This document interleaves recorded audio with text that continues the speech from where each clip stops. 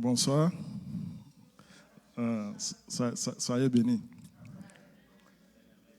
Ce n'est jamais facile d'être ici, surtout d'envoyer la parole. Donc, ça sera quelque chose de court, vraiment un encouragement. Nous savons qu'aujourd'hui, c'est la fête des mères. Nous sommes tous francophones, je pense, dans la majorité. Donc, on va faire la fête des mères twice. On a déjà fait pour les anglophones, on va faire encore pour les francophones, parce que nous sommes francophones. Ou bien, ça marche, non? Voilà. Donc, je vais donner un petit message d'encouragement à nos femmes. Mais on va commencer. Je vais prendre 3 exemples de femmes et puis on va utiliser les caractères pour donner un peu de tonus à nos femmes. Une des femmes que tout le monde connaît, c'est la mère de tous les vivants. C'est qui? Oh, great. Voilà. C'est pas Mary. Eve. OK, on est d'accord? Voilà. Ça, c'est la mère de tous les vivants. Après, on va parler, of course, de Marie. Ça, c'est la mère, en guillemets, de Jésus. Et puis, on va parler d'une autre mère, la mère d'Israël. C'est qui? C'est une colle, hein? Non, non, non, non. Déborah. OK. Donc, ça va? On va prendre l'exemple de ces 3 femmes-là et puis on va mettre devant certains de ces aspects-là. On va parler un peu. Donc, la première, c'est vraiment la mère de tous les vivants. Donc, on va parler de ça. Ça commence dans Genèse.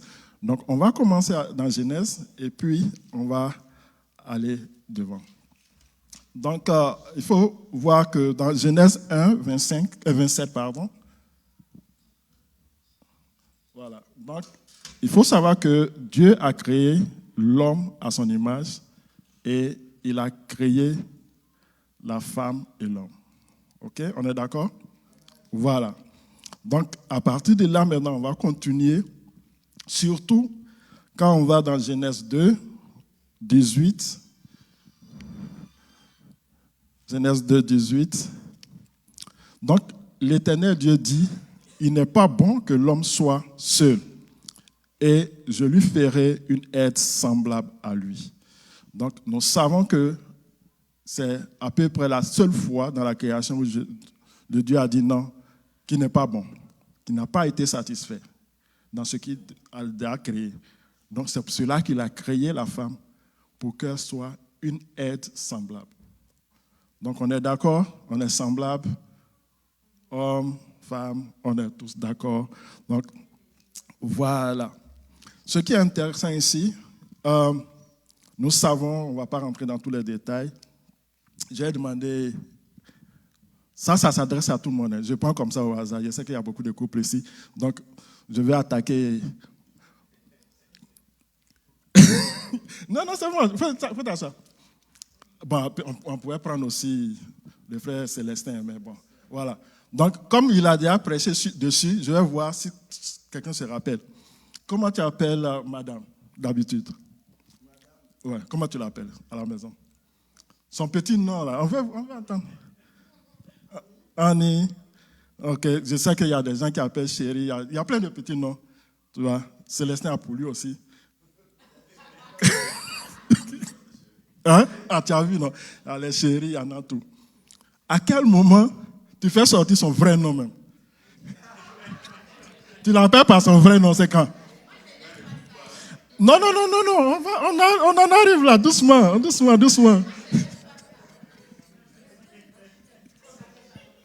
Hein? À quel moment? Tu as vu, non?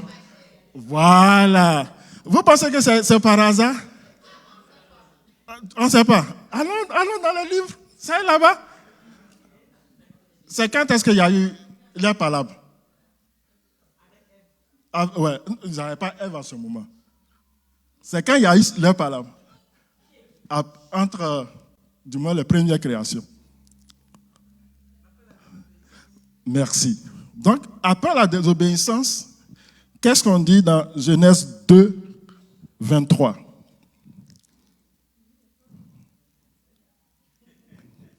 Non. Ok, ça c'est... Au départ, c'est comme ça qu'il l'appelait. Quand on appelle chérie, tout ça là, c'est ça, hein? Zo de mes os, chair de ma chair. Tu vois quoi, on est d'accord, on est, hein? Ou bien c'est pas ça? C'est ça même. Ah. Maintenant, quand ça se complique, c'est là maintenant. Si tu vas dans Genèse 3, 20, donc c'est comme ça qu'il l'appelait avant. Hein? Les chéris, les os de mes os, tout ça là. Voilà. Après palabre là, Adam donna à sa femme le nom d'Ève. Sinon avant, il l'appelait pas Ève. Il appelait la chair de ma chair, les os de mon os. De toute façon, les gens ne connaissent même pas le nom de leur femme à un moment. Mais quand il y a un palabre, son vrai nom sort. C'est là maintenant qu'il a commencé à lui donner le nom de Ève. On est d'accord? C'est là même qu'il a donné le nom Ève. Et puis, là, même dans tout ça, là, il y a toujours l'amour, même s'il a donné le nom. C'est comme ça qu'il a dit que non, on l'appelle Ève, mais elle est la mère de tous les vivants. Quand bien même je suis fâché à elle, mais quand même, voilà, c'est la mère de tous les vivants, c'est elle qui a fait tout. On est d'accord? Donc, on sait que Ève, vraiment, elle a encaissé aussi, parce qu'ils ont tout mis sur elle. Quand bien même c'est pas elle qui a tout fait, on ne va pas rentrer dans ça. On est là pour mettre les femmes devant. Okay? Donc les hommes, on a notre responsabilité, on ne va pas parler de ça. Et c'est ça qui était intéressant. Mais toutefois, nous savons que avant ça, quand Genèse 3, 16, si on retourne un peu en arrière, et que notre Seigneur il a dit à la femme, parce qu'au départ, nous savons, on peut remonter, hein, mais tout le monde, je pense que tout le monde connaît l'histoire. Quand ça s'est passé, il s'est adressé à Adam. Bon, c'est lui, il a mis ça sur sa femme.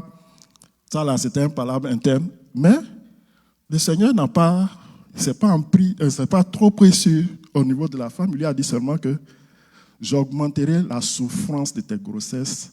Tu enfanteras avec douleur et tes désirs se porteront vers ton mari, mais il dominera sur toi.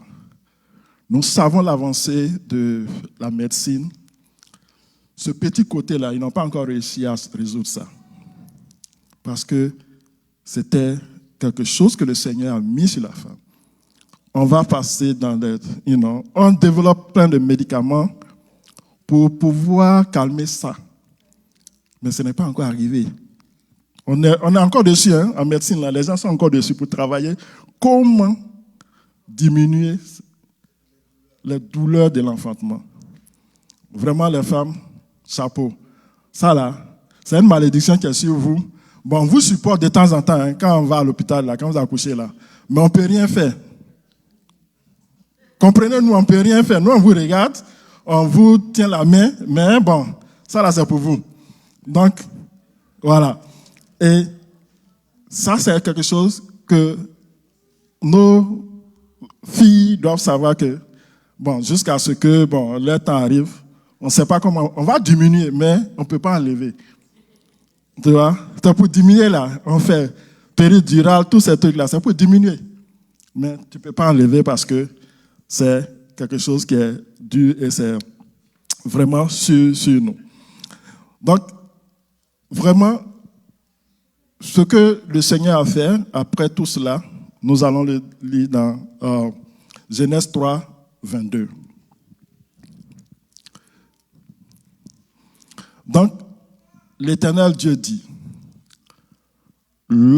voici, l'homme est devenu comme l'un de nous pour la connaissance du bien et du mal.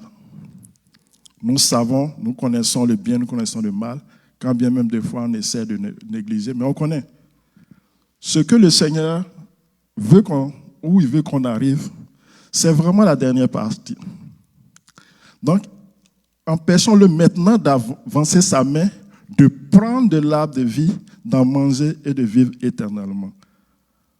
Ça, il faut travailler là-dessus pour pouvoir vivre éternellement. Nous savons que nous devons marcher, faire tout ce que nous faisons pour que nous puissions avoir une vie éternelle, c'est-à-dire spirituelle, éternelle.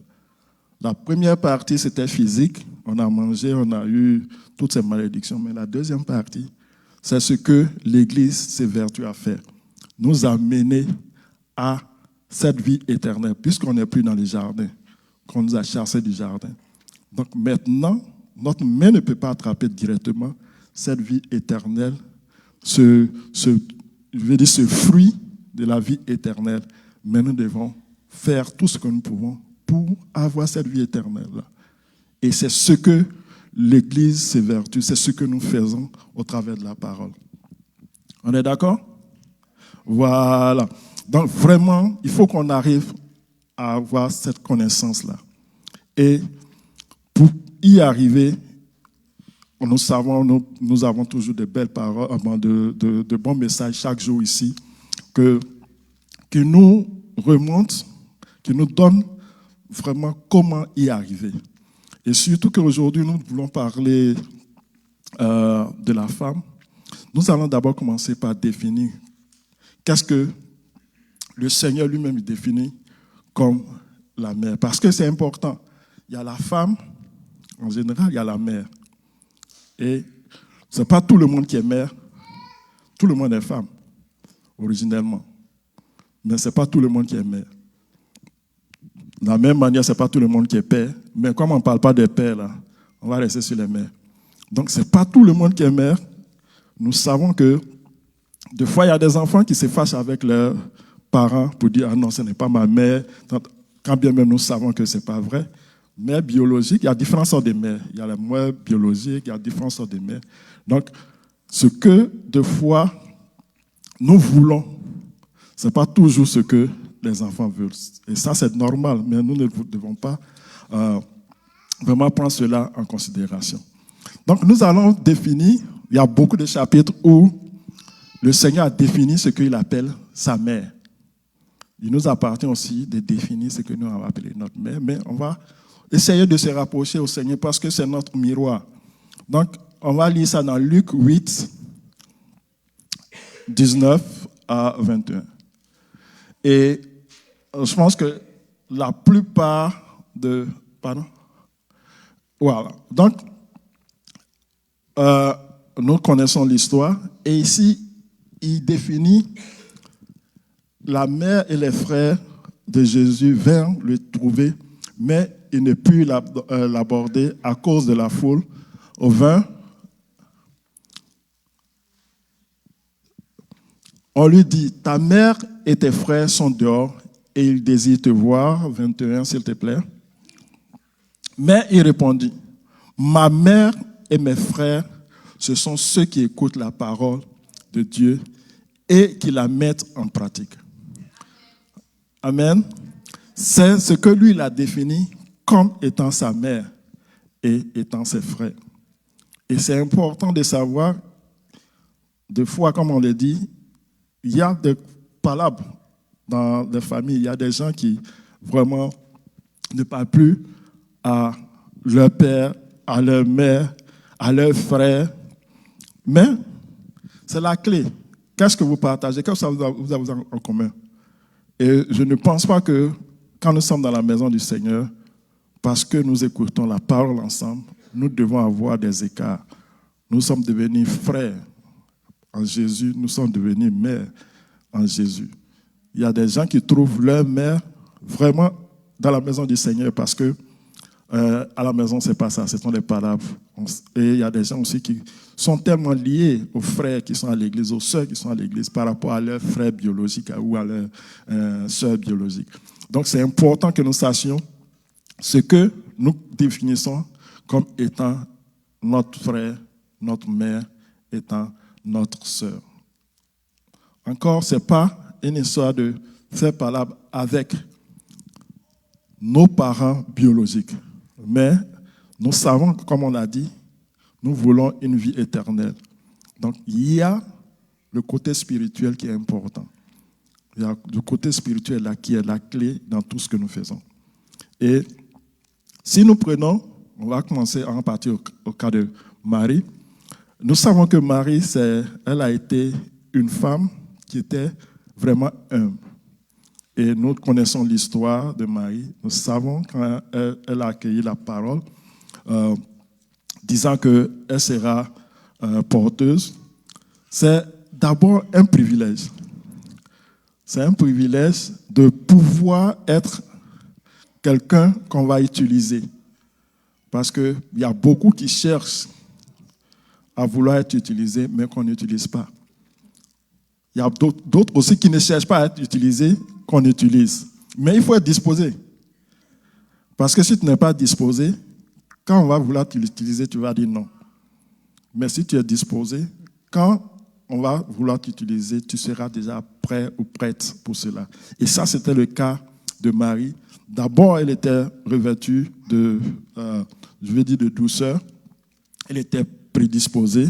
Elle était humble dans ce qu'il a fait. Parce que si on lit dans Luc 1, verset 28, Luc 1, 28, l'ange entra chez elle et dit, « Je te salue, toi à qui une grâce a été faite. Le Seigneur est avec toi. » C'est vraiment une grâce. Et cette grâce-là, elle peut être accordée à tout un chacun. Nous avons eu le message sur la grâce. C'est vraiment quelque chose qui peut être accordé à tout un chacun. Mais il faut être disposé, parce que si tu n'es pas disposé, cette grâce ne va pas servir. Parce que tu vas l'avoir, mais tu ne sauras pas comment vraiment l'utiliser. Si on va dans Luc 1, 46 à 48, donc, et Marie dit, « Mon âme exalte le Seigneur. » Déjà, nous savons que si elle dit qu'elle exalte le Seigneur, c'est parce que vraiment, elle a cet amour-là pour le Seigneur. Il faut d'abord avoir cet amour pour le Seigneur. OK? Donc, on continue. « Et mon esprit se réjouit en Dieu, mon Sauveur. » Parce qu'il faut vraiment savoir en qui tu crois pour que cette grâce-là te soit vraiment bénéfique. Et quand elle le dit, elle s'humilie ici, parce qu'elle dit que parce qu'il a jeté les yeux sur la bassesse de sa servante. Parce qu'il faut reconnaître que nous ne sommes pas mieux que quiconque. Donc si on a cet avantage-là, c'est vraiment parce que le Seigneur nous accorde sa grâce. OK? Et comme on le dit, voilà, désormais toutes les générations me diront bienheureuse. Donc nous avons vu la première génération qui disait, OK, c'est pour toutes les vivantes, ici c'est toutes les bienheureuses, parce que c'est important que nous sachions que on ne dit pas qu'il faut, bon, ça on va faire ça en conclusion, mais ce n'est pas une histoire de l'adorer. Non, mais nous devons savoir qu'elle était prête et on l'a utilisée pour que nous puissions avoir tout ce que nous savons. Donc, elle a été favorisée par Dieu. Et nous pouvons être favorisés par Dieu. Nous allons être favorisés par Dieu parce que nous croyons, nous sommes disposés à vouloir l'aider, servir. Et bien sûr, il y a l'homme, mais encore, on ne parle pas de Joseph. Aujourd'hui, là, ce n'est pas pour eux. OK? Donc, c'est important que nous soyons vraiment prêts. Et si on va dans Luc 2, 52, parce que, en tant que parents, comme on le dit, nous devons vraiment encadrer nos enfants. Luc 2, 52, s'il te plaît.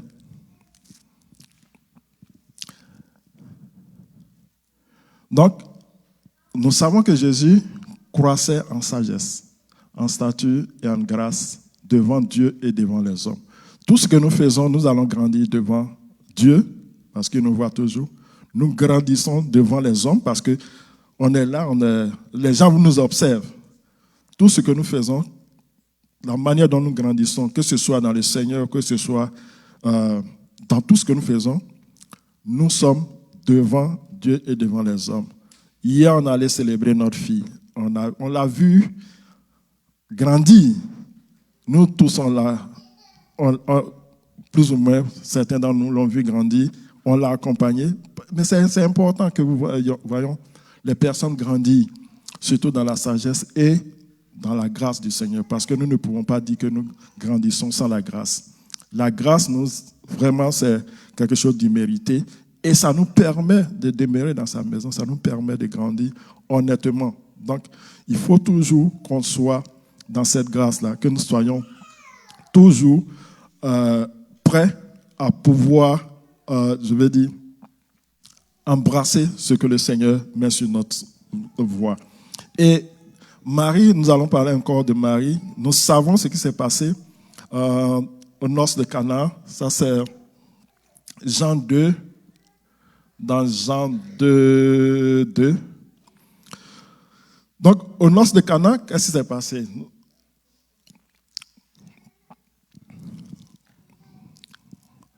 Et Jésus fut ainsi invité aux noces de Cana. Nous allons continuer 3.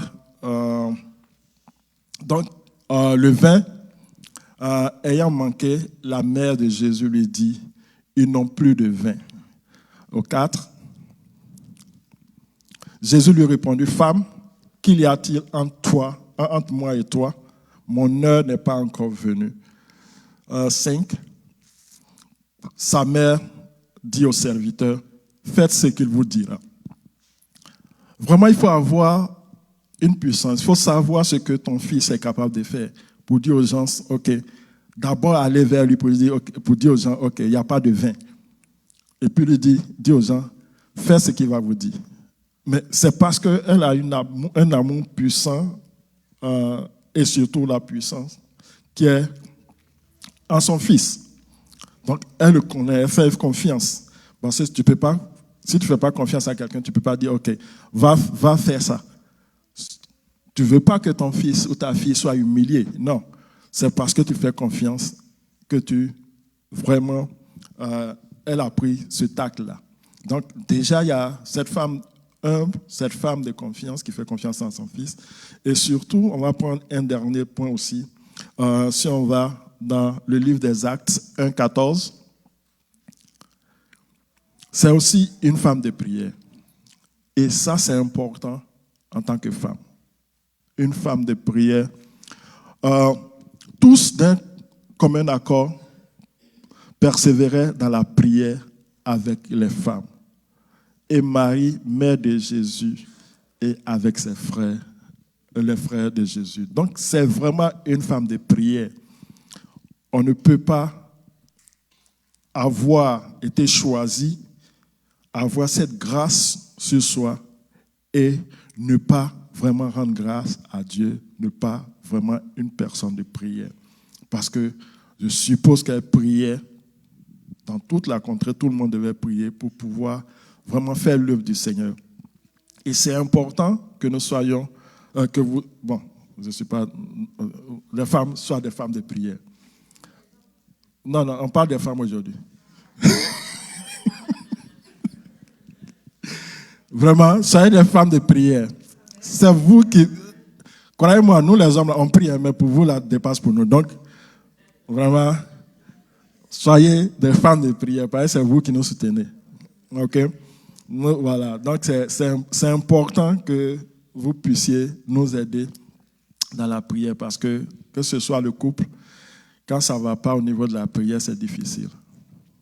OK? Donc, on ne va pas trop...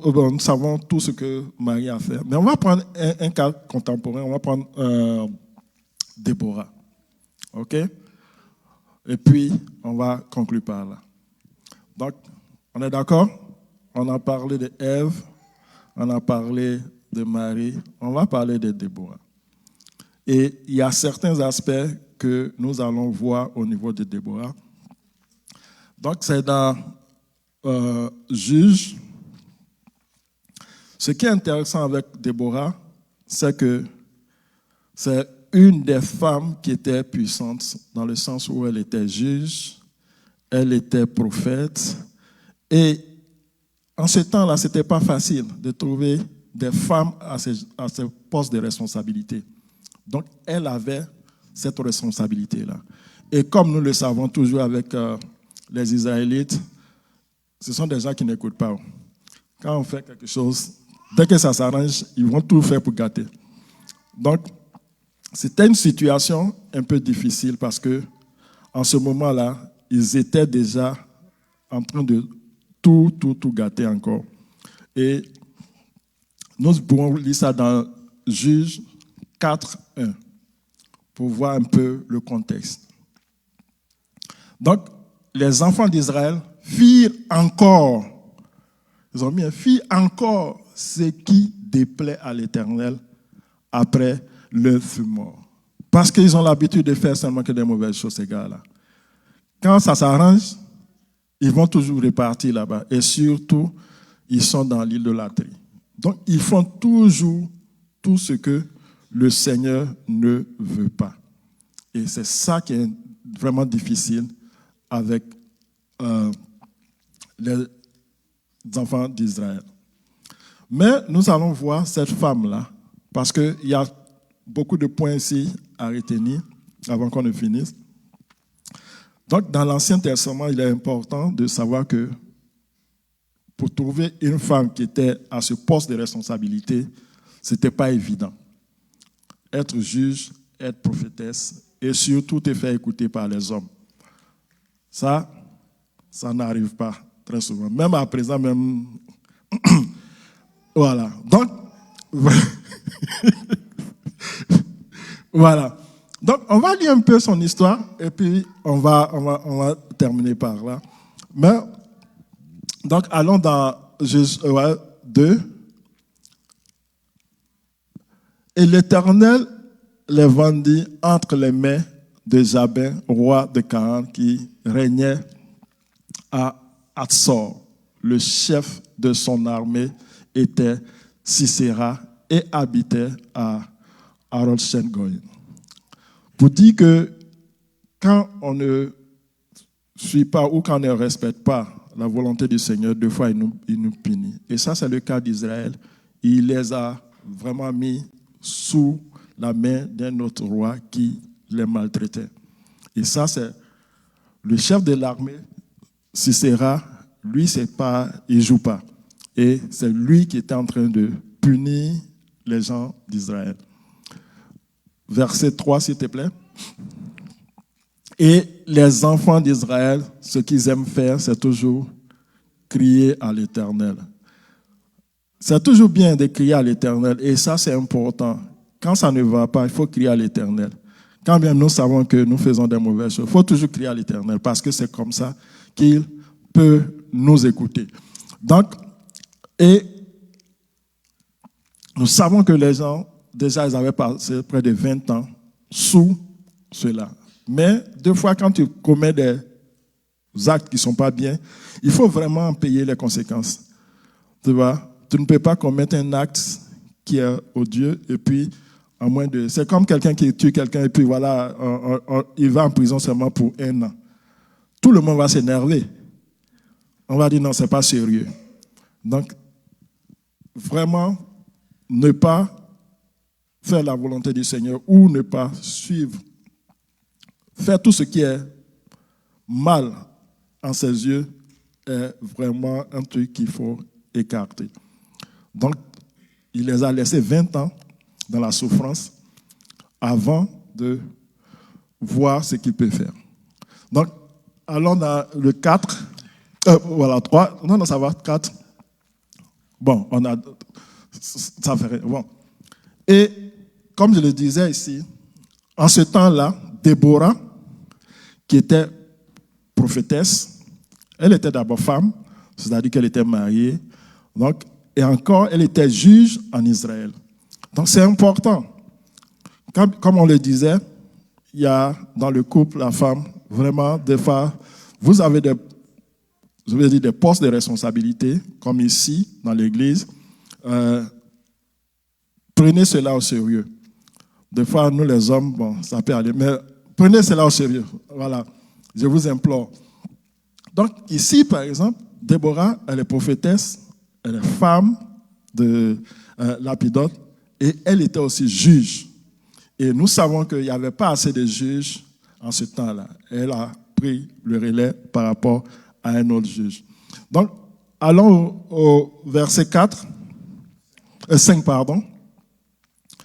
Elle siégeait, vous voyez, elle siégeait où? Sous un palmier qui portait son nom. Tu vois? C'est-à-dire que c'était une femme puissante. Elle siégeait sous le palmier de Déborah parce que là c'était son headquarter. C'était des choses qui ne se passaient pas assez souvent. Donc, on voit déjà sa puissance. Elle siégeait sous ce palmier-là.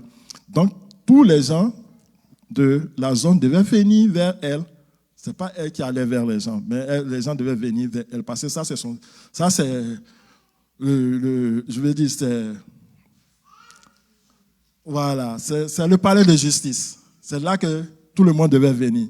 Donc, vous venez là, et puis les enfants d'Israël montaient vers elle pour être jugés. Donc, si vous n'avez pas réussi à gérer votre histoire, vous venez vers elle, et c'est elle qui va juger l'affaire avant qu'il y ait des délibérés. Pour dire qu'elle avait une audience, elle avait une puissance au-delà de ce que l'on peut penser. Et si on continue un peu, elle envoya appeler Barak, fils d'Abinoam. Disons que Barak, certes, était le chef de l'armée, mais elle envoya l'appeler et elle lui a dit: n'est-ce pas l'ordre qu'a donné l'Éternel, le Dieu d'Israël? Va, dirige-toi vers le mont Tabor et prends avec toi 10 000 hommes, des enfants de Néphali, et des enfants de Zaboulon. Ici, nous voyons le courage qu'elle a et surtout, elle fait tout selon la sagesse de Dieu. Parce que, comme elle a dit, c'est l'Éternel, en tant que prophétesse, qui lui a donné cette parole-là. Donc, en tant que femme, il faut être vraiment courageuse parce que c'est une sorte de bravoure, d'abord, de pouvoir appeler ce chef de guerre-là et puis de lui donner des directives. Donc, il y a vraiment la sagesse qui devait être là parce que sans la sagesse, il est difficile de pouvoir donner ce genre de mots, surtout ne pas transformer ce que le Seigneur t'a donné. Et ça, c'est important parce que il est vraiment, quand tu parles à quelqu'un qui est supérieur, je veux dire en rang et en pouvoir, il faut trouver les mots justes parce que pour un rien, on peut te condamner. Et dans ce cas d'espèce, vraiment, elle avait cette sagesse-là parce qu'elle avait aussi le Seigneur qui l'accompagnait par rapport à tout ce qu'elle devait faire, elle devait dire. Et ce qui est important ici, c'est qu'elle était courageuse. Elle était vraiment courageuse parce que, et si elle donne cette précision au niveau de qui doit partir, combien tu dois être choisi, c'est parce qu'elle n'a rien ajouté, comme on le dit, que l'on ne doit rien ajouter ou rétracter de la parole du Seigneur. Et c'est ce qu'elle faisait, parce qu'elle était fidèle à Dieu. Elle disait ce qu'elle avait reçu. Et il est important, quand quelqu'un va donner un message, de ne pas rester dans son propre esprit. Tu donnes ce que le Seigneur t'a donné. Et tu ne restes pas dans l'émotion. Et ça, c'est important parce qu'il faut que l'on soit direct et surtout, nous allons voir qu'il y a la confiance qui existe. Parce que si tu n'as pas la confiance au Seigneur, il y a certaines choses que tu ne peux pas faire. Donc, on va aller au verset 7. C'est une belle histoire. Au 7, s'il te plaît. J'attirerai vers toi au torrent de Kissan, Sisera. Nous savons que Sisera, c'est le chef de l'armée de Jabin, avec ses chars et ses troupes, et je te livrerai entre tes mains. Ça, ce sont des choses que le Seigneur lui a dit, et elle devait le dire de manière claire à ce chef de l'armée, parce que nous allons voir, c'est quelqu'un qui n'était pas aussi sûr de lui, quand bien même c'était le général, il n'était pas sûr de lui. Et allons au verset 8. Barak lui dit, si tu viens avec moi, j'irai, mais si tu ne viens pas avec moi, je n'irai pas. Quelle tristesse. C'est lui qui est le chef de l'armée. Elle est seulement prophétesse. Et puis lui, il dit que lui, il ne va pas tant qu'elle ne vient pas. Deux fois, là, nous les hommes, là, on vient avec vous. Il y a des choses, c'est une manière, la manière de dire quoi. Nous-mêmes, on va aller toujours avec vous. Partout où vous allez là, nous, on va être là. OK? Donc, c'est important. Mais lui, il a exprimé. Il n'est pas, non, il est prudent. Il est prudent parce que puisque c'est elle qui a donné la parole, lui, il n'est pas aussi convaincu que la parole vient du Seigneur. Donc lui veut avoir la sûreté à côté de lui. Tu vois, non? C'est ça, il dit non. Si tu viens là avec moi, j'irai. Mais si tu ne viens pas avec moi, je n'irai pas. En tant que chef de guerre, il aurait pu proposer autre chose. Ce n'est pas une seule personne qui vient avec toi qui va faire la guerre. Tu aurais pu proposer, OK, si au lieu de 100 hommes, si on a 200 hommes, là, je vais partir. Mais, pour dire que, il s'est dit, ça, c'est la personne dont j'ai besoin. Et nous avons toujours besoin de vous, même si des fois on ne sait pas l'exprimer. Ça, c'est nous, les hommes. Donc, on a toujours besoin de vous pour vraiment faire le chemin. Et ça, c'est important. Nous allons voir ça allons-y dans le 8. On va finir bientôt. Donc, 8, allons dans le 9, s'il te plaît. Elle a répondu, j'irai bien avec toi, mais tu n'auras point de gloire sur la voie où tu marches. Et il faut des gens comme ça. Elle a été directe. D'abord, elle a eu confiance au Seigneur pour dire, j'irai avec toi. C'est un acte direct.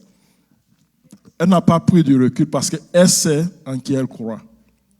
Donc, elle a dit, je vais aller, mais il faut savoir que tu n'auras pas la gloire. Un truc direct, c'est-à-dire que ce n'est pas une histoire de... Non. Elle lui a dit, tu n'auras point de gloire sur la voie où tu marches, car l'Éternel livrera, ce sera entre les mains d'une femme. C'est toi qui es le chef de l'armée, mais la gloire sera au niveau de la femme. Et ça, ce sont des choses qui arrivent. Et comme on ne parle pas de l'homme, mais voilà. Sinon, il a été humble aussi parce qu'il pouvait être orgueilleux pour dire non, pourquoi? C'est moi qui suis le chef de l'armée. Mais il a accepté cela avant de partir. Et c'est ce genre de confiance, ce genre d'être direct, de dire la vérité, qui est de fois important au niveau des femmes. Il faut pouvoir dire la vérité quand le besoin se présente. Il faut dire ce qu'il y a. Et ça, c'est important parce que ça lève tout genre d'équivoque. Nous n'allons pas continuer jusqu'à la fin, mais nous allons, le dernier point, on va aller dans verset 5, Juge 5. Et quand bien même cela s'est passé, bien sûr, ce roi a été tué par une femme, parce que quand l'armée a poursuivi tous, le chef de guerre, Sisera, lui, il a fui. il est allé sous une tente et c'était une femme qui était là-bas. Et cette femme lui a donné du lait. Quand il a bu, il était groggy et puis elle l'a tué. Donc, c'est cette femme-là qui a eu la gloire, pas lui en tant que chef de l'armée. Donc, ce sont les deux femmes qui ont été glorifiées. Mais ce qui est intéressant, c'est que à la fin, elle a été humble et ils sont allés devant l'Éternel et c'est comme ça, ils doivent rendre gloire au Seigneur parce que ce n'est pas par leur propre force, c'est le Seigneur qui les a aidés à vraiment conquérir ces territoires-là et c'est lui qui a tout fait. Et ce que je veux mettre comme point avant de finir, c'est que nous avons vu trois femmes. Nous avons vu Ève, nous avons vu Marie, et puis nous avons vu Déborah. Une chose que nous devons savoir, parce que toutes ces femmes-là ont été témoins de la force du Seigneur, témoins de l'amour du Seigneur, témoins de la grâce du Seigneur. Et on peut dire qu'elles sont les disciples de l'amour de Dieu parce qu'elles ont été choisies. Et nous savons que chacune d'entre vous a été aussi choisie. Voilà, donc sachez que vous êtes des disciples de l'amour de Dieu, vous avez été choisis par le Seigneur. Et voilà, œuvrez vraiment dans la ligne du Seigneur, écoutez la voix du Seigneur, priez par rapport à la parole que vous recevez et surtout, pensez à nous, supportez-nous dans tout ce qui se passe parce que nous savons que à la fin, nous devons adorer le vrai Dieu et le seul Dieu que nous connaissons. Donc, voilà, je vais finir par là et vraiment vous dire encore bonne fête et surtout que le Seigneur vous garde.